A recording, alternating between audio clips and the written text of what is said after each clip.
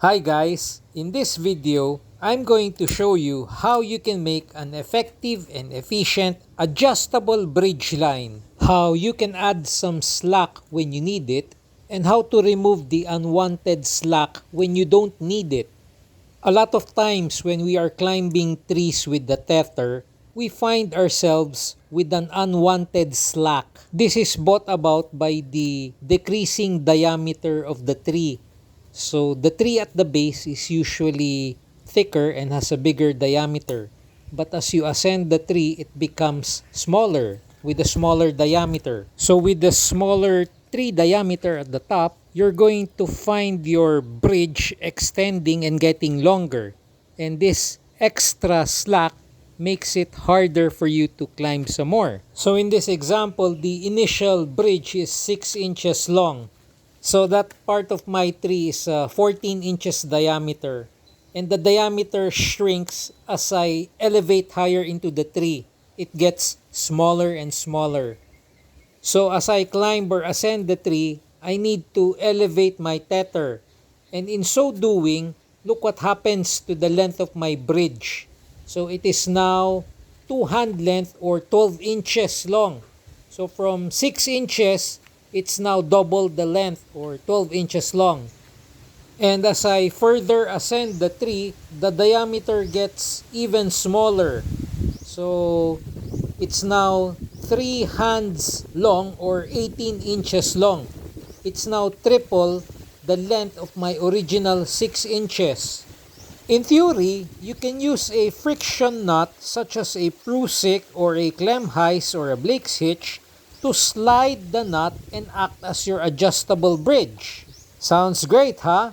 After all, it locks when weight is put in and it easily slides when weight is no longer applied. But in reality, if you're a heavy-set person like me weighing 200 pounds or above, and with all that heavy gear that you're carrying, these friction nuts have the propensity to get stuck or difficult to unhinge. It will definitely lock and grip and you will not fall down. However, the problem is trying to slide it, especially when you've bounced your weight around it. It takes me about a minute or so to get it loose and unjammed so I can slide it again. If it's a one-time, one-off adjustment, then it's probably okay.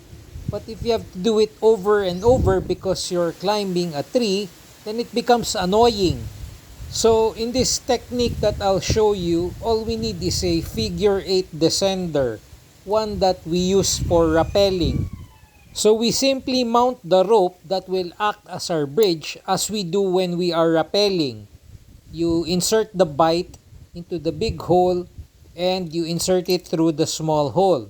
You attach your carabiner there and you can move it back and forth. You can add some slack or you can remove the unwanted slack. At your desired position, you can easily lock the device into place. Simply wrap the tail behind the descender. One wrap is enough to lock it. 2 wraps is already secure and 3 wraps is already an overkill. So I usually wrap it 3 times just to be sure. So if I wanted to shorten the bridge and get rid of the unwanted slack, I simply remove the wrap and I pull myself closer to the tree. At the desired position, I once again wrap it around or lock it in place. And if I wanted to add slack or increase the length of my bridge, I simply unlock it again and I add more to the bridge and then I lock it in place again. So I use this method when I'm climbing trees and I find it faster, more effective, and more efficient.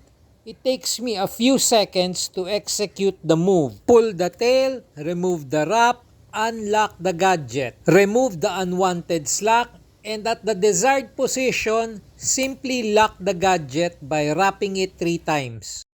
And that's me climbing the tree, putting my left foot on my left tether. Now, I am elevating my right foot in my right tether, and I have to get rid of the unwanted slack that has developed. I pull the tail, unlock the device, and remove the unwanted slack.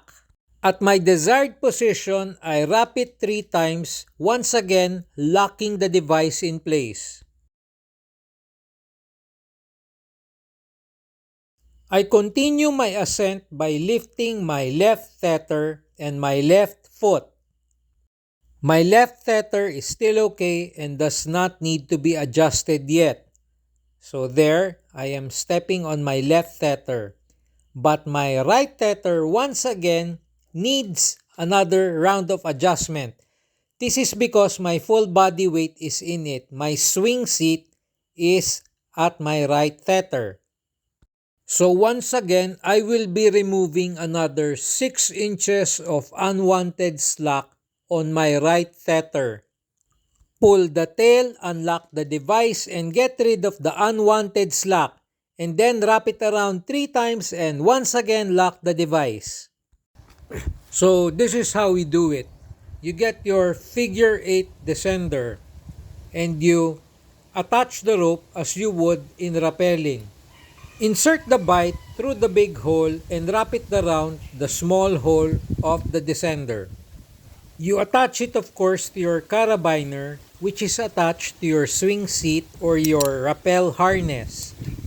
At the desired position, you lock the device in place by making a wrap behind the device. That rope will now trap the tail and not allow it to move. 1 wrap is enough. 2 wraps is secure. And 3 wraps, it definitely will not move anymore. Now to add more slack or to remove unwanted slack, you simply tug on the tail to release the lock. So here we added some slack and at the desired position, I once again wrapped it 3 times behind the device. It is now safely locked. I will now remove unwanted slack. And again, I simply tug on the tail to unlock the device. At the desired position, I once again wrap it 3 times behind the device. So 1 wrap will already lock it. 2 wraps is already secure. And 3 wraps is more than enough. For reference, I am about 200 pounds. And the gear I am carrying is about 20 to 30 pounds. I am using 8mm ropes. If you like this video and you found it helpful, do hit the like and subscribe button. And do comment down below so I can get back to you as soon as I can. Don't forget the notification bell so you will be notified of our next upload.